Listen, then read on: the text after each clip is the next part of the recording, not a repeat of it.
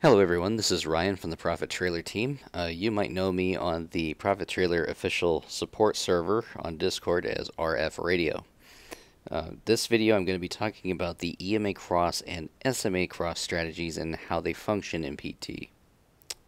So if you don't already know what an EMA and SMA are, that's exponential moving average and simple moving average, and if you're unclear on what they are and what they do, I highly suggest going and looking at the indicators video here on the ProfitTrailer official YouTube channel. If you still are unclear on what they are and how they work, I also encourage you to look them up on investopedia.com. That would be exponential moving average and simple moving average. Those are the two indicators that these strategies use to reference for their buy points. So I do have here on my trading view chart I have set up two charts here to show you the difference between the EMA and SMA curves, just as a quick overview. And if you use the same values, that they do look quite different. So you will have different buy points whether you're using EMA cross versus SMA cross. So just keep that in mind. This is the price of Vertcoin in Bitcoin on Bittrex.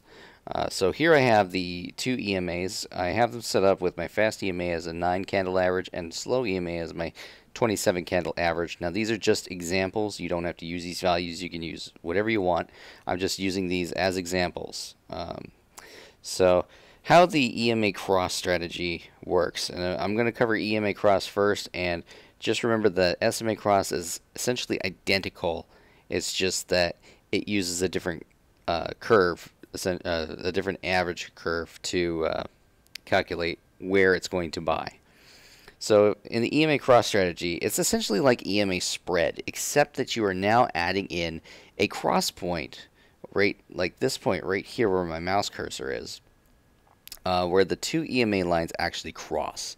Now you're going to specify in your indicators file a set number of candles to look back from your current candle, in addition to the spread between the two EMA lines, in order to calculate where it should buy. So if that's already confusing, let's go over to the pairs file here to show you how this is set up.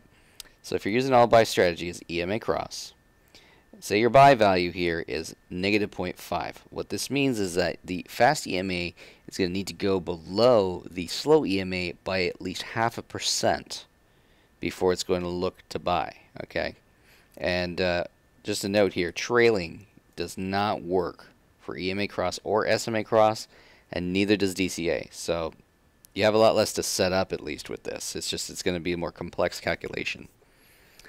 So what I have here is -0.5. Let's see on our chart here if we can find a point here with our ruler where the spread is greater than 0.5. That one's not. Oh, but we're looking to go below the EMA. So the blue line on mine is the fast EMA, and the yellow is the slow EMA. So if I'm going to drag this down, see, here's a good point. That's definitely in excess of 0.5%. That's 1% spread there.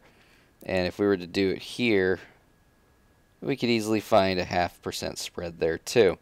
But then you got to look back before that, how many candles before it crosses down below the slow EMA in this example. So we're looking at least 6, maybe 8 cross candles before it'll actually reach that spread. If you're actually looking to backtest this, this is how I would do it. If you're using a positive buy value, what that means is the fast EMA is going to go above the slow EMA before it's going to attempt to buy. And it is going to factor in the cross candles once it hits the minimum spread that you're looking for. Remember, your buy value is the minimum spread between the two lines that it's looking for before it can try and buy. And it's going to also look at your candles. So it has to reach that minimum spread within the prior candle specified in your indicators file. So if you, just to show you in your indicators here, you see this SMA cross candles and EMA cross candles. This is what we're referring to. This is the number of candles prior to the current candle that's going to look for that cross. It does not include your current candle in that calculation. Okay. So it's going to look first, well, actually, it's at the same time, really, it's going to look at how many candles back is there across, and has this minimum spread been met, and is it descending or ascending? Okay, so the negative value means fast EMA going below the slow EMA. Positive value means slow EMA, the fast EMA is crossing above the slow EMA. And if you just want to do SMA cross, you just type it in here, SMA cross. And it functions exactly the same way as EMA cross. It just uses a different indicator. So you're going to use the simple moving average instead of the exponential moving averages. And that is really all there is to the EMA cross and SMA cross strategies. You can play with the values, the different moving averages setups.